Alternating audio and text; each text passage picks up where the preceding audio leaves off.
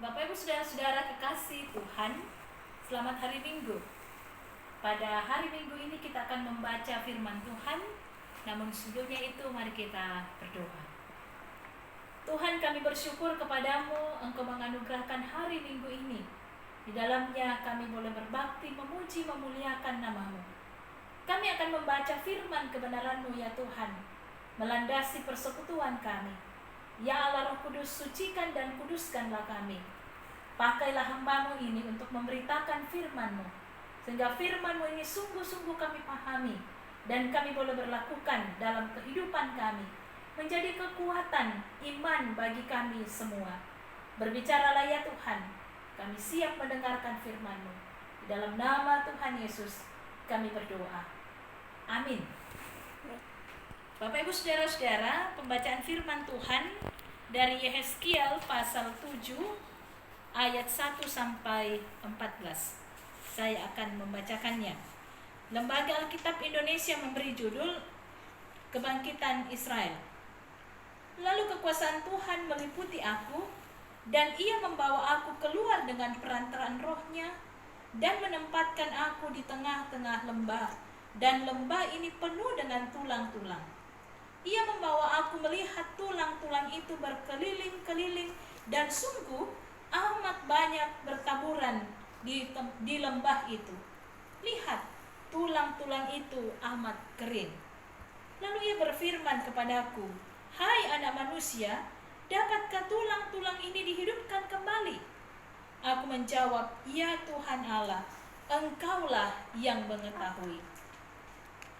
Lalu firman-Nya kepadaku, "Bernubuatlah mengenai tulang-tulang ini dan katakanlah kepadanya, hai tulang-tulang yang kering, dengarlah firman Tuhan. Beginilah firman Tuhan Allah kepada tulang-tulang ini. Aku memberi nafas hidup di dalammu, supaya kamu hidup kembali. Aku akan memberi urat-urat padamu, dan menumbuhkan daging padamu. Aku akan menutupi kamu dengan kulit dan memberikan kamu nafas hidup, supaya kamu hidup kembali. Dan kamu akan mengetahui bahwa Akulah Tuhan." Lalu aku bernubuat seperti diperintahkan kepadaku. Dan segera sesudah aku bernubuat, kedengaranlah suara, sungguh suatu suara berderak-derak, dan tulang-tulang itu bertemu satu sama lain. Sedang aku mengamat-amatinya, lihat, urat-urat ada dan daging tumbuh padanya, kemudian kulit menutupinya, tetapi mereka belum bernafas. Maka firman-Nya kepadaku, "Bernubuatlah kepada nafas hidup itu. Bernubuatlah hai anak manusia, dan katakanlah kepada nafas hidup itu, beginilah firman Tuhan Allah, hai nafas hidup, datanglah dari keempat penjuru angin, dan berembuslah ke dalam orang-orang yang terbunuh ini, supaya mereka hidup kembali."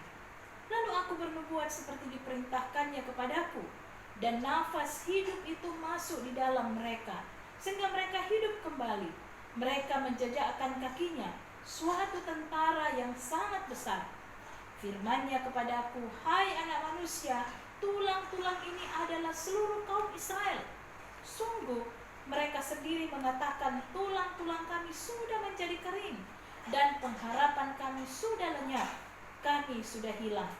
Oleh sebab itu, bernubuatlah dan katakan kepada mereka, beginilah firman Tuhan Allah, sungguh Aku membuat kubur-kuburmu dan membangkitkan kamu, hai umatku, dari dalamnya. Dan aku akan membawa kamu ke tanah Israel. Dan kamu akan mengetahui bahwa Akulah Tuhan, pada saat aku membuka kubur-kuburmu dan membangkitkan kamu, hai umatku, dari dalamnya. Aku akan memberikan rohku ke dalammu, sehingga kamu hidup kembali. Dan aku akan membiarkan kamu tinggal di tanahmu. Dan kamu akan mengetahui bahwa Aku Tuhan yang mengatakannya dan membuatnya. Demikianlah firman Tuhan. Demikian sabda Tuhan. Berbahagialah kita semua yang senantiasa mendengarkan firman Tuhan, menggumulinya, melakukannya, menjadikannya sebagai dasar kehidupan kita. Haleluya. Amin.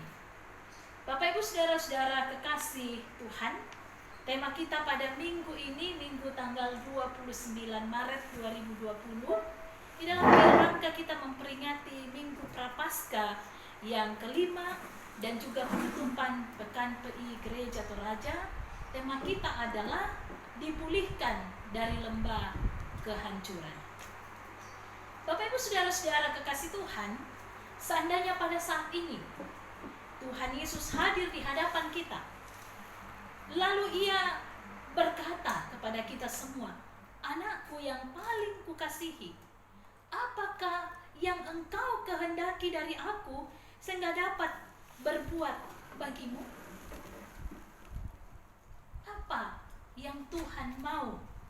Apa yang kita ingini, yang Tuhan mau buat bagi kita? Kira-kira apa, Bapak Ibu? Ya, jawaban kita, Bapak Ibu Saudara-saudara, kemungkinan kita akan berkata begini, "Tuhan, saya mohon virus corona ini segera berlalu." Atau ada yang minta kesembuhan kepada Tuhan karena sudah terlalu lama sakit, "Sembuhkanlah saya, Tuhan." Atau ada juga yang sudah lama menikah lalu tidak punya momongan atau tidak punya anak. Kita akan minta sama Tuhan, "Tuhan tolong berikan saya anak dalam keluarga kami." Nah, Bapak Ibu Saudara-saudara, tidak dapat dipungkiri manusia dalam kehidupannya seringkali berorientasi kepada kepentingan hidupnya. Bahkan arah hidupnya hanya untuk memenuhi atau menjawab kepentingannya. Manusia lebih memilih hidup yang panjang daripada hidup yang panjang sabar. Memiliki jabatan yang tinggi dalam pekerjaan daripada memiliki hati yang rendah hati. Memiliki pasangan yang sempurna daripada hati yang mencintai tanpa syarat.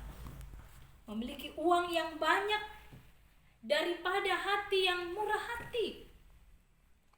Hidup yang dapat dikaruniai pasangan atau anak daripada hidup yang dapat selalu mengucap syukur. Bapak Ibu, kita lebih banyak meminta sama Tuhan supaya hidup kita ini bebas dari masalah daripada kita minta sama Tuhan bagaimana hidup kita ini berkenan kepadanya.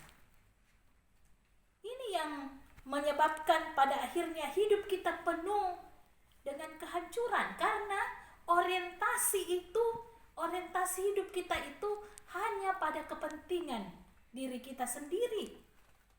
Nah, akhirnya sekali lagi kita kemudian dipenuhi oleh kehancuran seperti tulang yang berserakan, kering dan tanpa harapan, sebagaimana yang ditulis dalam Yehezkiel pasal 37 ayat 1-14 yang menjadi perikop bacaan tadi.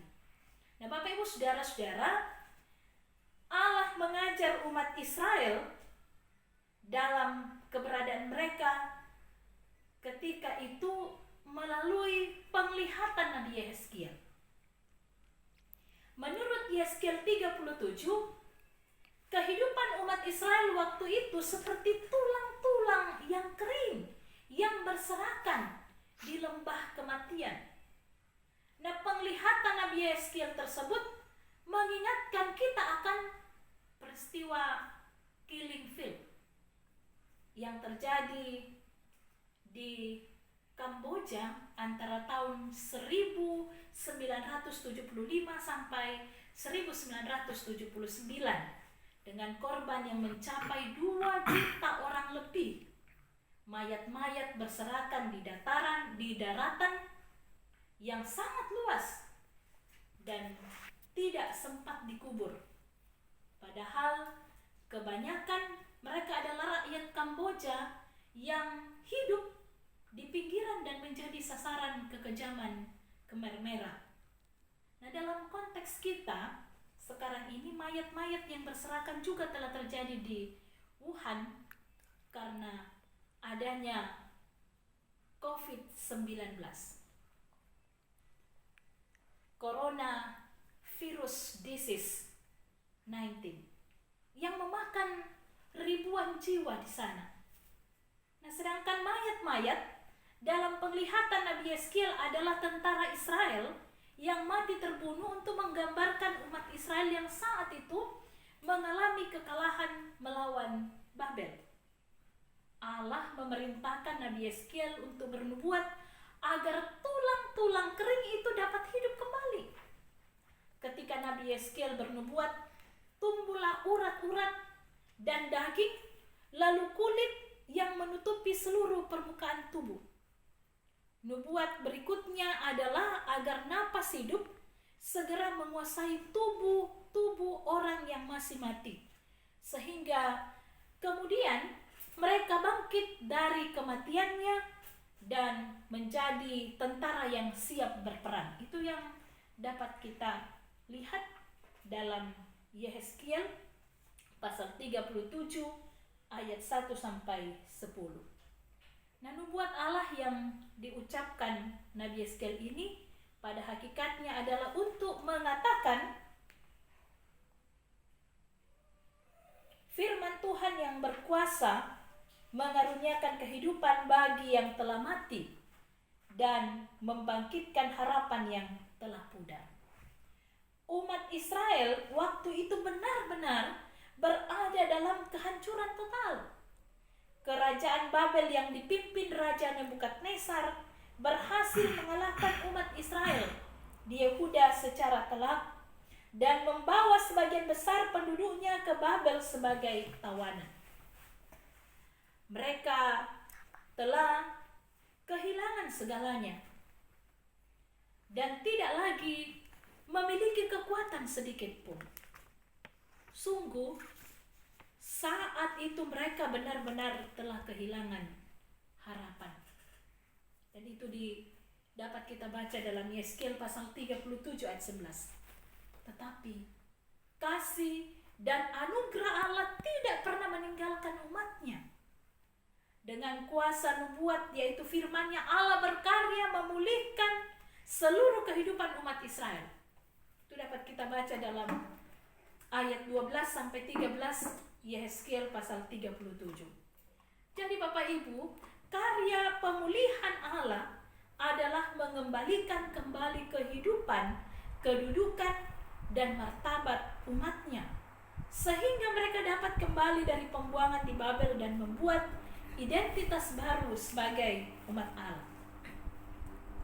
Nah, dalam realita kehidupan sehari-hari, betapa banyak di antara kita yang kehilangan makna dan harapan hidup saat menghadapi tekanan. Dunia terasa kiamat saat kita kehilangan orang yang kita kasihi, ketika kita kehilangan harta benda atau sesuatu yang kita anggap berharga. Akibatnya kita kehilangan semangat dan gairah hidup. Hidup kita bagaikan tulang kering tanpa harapan dan makna apapun. Iman kepada Kristus kita anggap tidak memiliki daya, padahal penyebabnya sesungguhnya kita belum beriman kepadanya. Kita tidak membuka diri untuk dipenuhi kuasa sabda dan kehadiran Kristus yang berempati dalam penderitaan kita. Saat itu kita cenderung lebih mengasihi diri sendiri dan melihat diri kita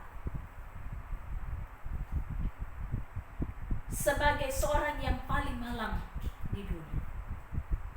Kita telah mengabaikan kuasa firman Tuhan yang mampu membangkitkan tulang-tulang kering umat Israel dalam konteks bacaan Yehezkiel 37 dan juga dalam Yohanes pasal 11 ayat 33 sampai 44 yang mempersaksikan tentang Lazarus yang dibangkitkan oleh Yesus Kristus sendiri. Ataupun seperti dalam Mazmur 130, bagaimana pemazmur yang hampir mati karena diserang oleh musuh-musuhnya, tetapi Tuhan menyelamatkan. Sebaliknya, Bapak Ibu, kita membiarkan pandangan, keinginan atau anggapan kita yang dominan mengendalikan diri kita, Ini terjadi karena kehidupan kita sesungguhnya masih dikuasai keinginan daging. Tetapi saat hidup kita ini dipimpin oleh Roh, maka Roh akan memampukan kita hidup dalam damai sejahtera Allah, walaupun kita mengalami kegagalan dan penderitaan. Rasul Paulus berkata dalam Roma pasal 8 ayat 6, karena keinginan daging adalah maut, tetapi keinginan roh adalah hidup dan damai sejahtera. Nah, jika demikian, bagaimana sikap kita menghadapi penderitaan? Bagaimana sikap kita menghadapi sakit yang tidak tersembuhkan? Atau ketika kita kehilangan orang yang kita kasihi? Atau ketika kita kehilangan barang atau harta yang sangat berharga? Atau dalam menghadapi hantaman virus corona yang menyerang seluruh sendi kehidupan kita, sehingga seakan-akan kita tidak lagi bebas bergerak dan melakukan segala sesuatu, termasuk beribadah di gedung gereja di setiap hari Minggu. Sikap kita adalah tetaplah berserah pada Tuhan dan nantikan pertolongannya. Biarkanlah hidup kita dipimpin oleh Roh.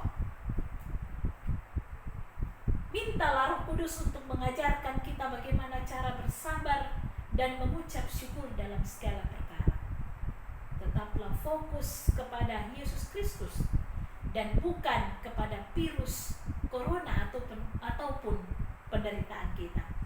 Percayalah, kekuatan Tuhan jauh lebih besar dari semua kuasa-kuasa duniawi, atau kuasa dosa, ataupun kuasa virus, atau kuasa penyakit yang ada.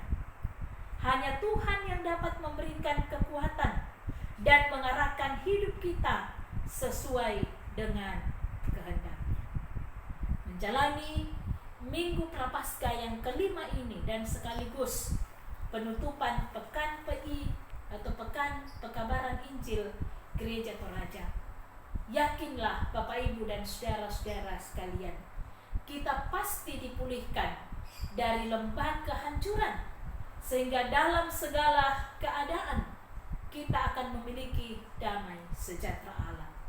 Tetaplah tenang, bersabar menantikan pertolongan Tuhan, dan menjaga daya tahan tubuh kita.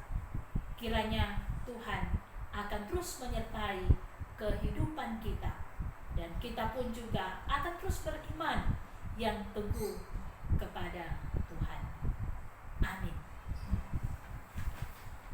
Mari Bapak Ibu kita berdoa. Terima kasih ya Tuhan, kami telah bersama-sama beribadah kepadamu, memuji memuliakan nama-Mu, mendengarkan sabda kebenaran-Mu. Ya Tuhan, tolonglah kami agar kami dapat melakukan firman-Mu itu. Melalui doa syafaat kami pada saat ini ya Tuhan, kami mau berdoa, memohon kuasa-Mu. Kiranya Engkau terus menguatkan kami semua di tengah-tengah pergumulan kehidupan kami, terlebih ya Tuhan, menghadapi hantaman virus corona yang menyerang segala sendi-sendi kehidupan kami. Tuhan, kiranya menyatakan kuasa-Mu untuk memutuskan rantai tersebarnya wabah COVID-19 ini. Tuhan juga memberkati pemerintah, TNI atau Polri, tim relawan, Satgas, BNPB. Tuhan memberi hikmat kepada mereka dan kesehatan di dalam mengantisipasi wabah COVID-19 ini. Juga kami berdoa bagi para dokter atau medis, tenaga kesehatan sebagai garda terdepan. Tuhan yang akan memampukan mereka, memberikan kesabaran, kekuatan, kesehatan, agar melalui mereka ya Tuhan, pasien-pasien boleh tertolong, boleh sembuh, nama-Mu dimuliakan. Kami berdoa ya Tuhan untuk seluruh pasien COVID-19. Tuhan kiranya memulihkan mereka, bahkan juga keluarga korban yang meninggal karena COVID-19 ini. Tuhan hiburkanlah dan kuatkanlah mereka semua. Kami berdoa untuk kampung halaman kami. Kiranya Tuhan terus memelihara akan kampung halaman di mana keluarga-keluarga kami yang lain tinggal. Juga kami berdoa bagi masyarakat bangsa dan negara Indonesia, kiranya bersatu untuk memutuskan rantai tersebarnya COVID-19 ini. Kami berdoa ya Tuhan untuk seluruh anggota jemaat-Mu di Jemaat Landraki Biringkanaya. Tuhan kiranya memberikan kepada mereka kekuatan, kesehatan, dan juga iman yang teguh di dalam menjalani kehidupan mereka setiap saat, dalam aktivitas, dalam pekerjaan mereka. Biarlah karya dan kasih serta berkat-Mu senantiasa dinyatakan buat mereka semua. Bagi yang sakit ya Tuhan dan tidak sempat untuk kami kunjungi oleh karena bersama-sama kami melaksanakan akan kebijakan pemerintah untuk tetap tinggal di rumah. Tuhan kiranya tetap memberkati akan seluruh jemaat-Mu yang berada dalam kelemahan tubuh. Sekalipun kami tidak sempat saling membesuk atau mengunjungi satu dengan yang lain, namun kami percaya Tuhan sanggup menolong dan memulihkan keadaan akan kekasih-kekasih kami yang berada dalam pergumulan oleh karena sakit penyakit. Bapa di sorga, kami berdoa ya Tuhan untuk seluruh kaum keluarga kami, seisi rumah kami. Tuhan memberkati kami semua. Biarlah kami tetap bersama-sama dalam keadaan damai sejahtera Allah, sehingga di tengah-tengah situasi yang kurang kondusif ini, kami tetap menaruh pengharapan kami hanya ke dalam tangan kuasa-Mu. Ini doa kami ya Tuhan, ini syafaat kami. Semuanya ini kami pertaruhkan hanya melalui nama Anak Yesus Kristus. Itulah Tuhan dan Juru Selamat kami, dan yang mengajar kami berdoa bersama-sama demikian. Bapa kami yang di sorga, dikuduskanlah nama-Mu, datanglah kerajaan-Mu, jadilah kehendak-Mu di bumi seperti di sorga. Berikanlah kami pada hari ini makanan kami yang secukupnya, dan ampunilah kami akan kesalahan kami, seperti kami juga mengampuni orang yang bersalah kepada kami. Dan janganlah membawa kami ke dalam pencobaan, tetapi lepaskanlah kami daripada yang jahat, karena Engkau-lah yang mempunyai kerajaan dan kuasa dan kemuliaan sampai selama-lamanya. Amin.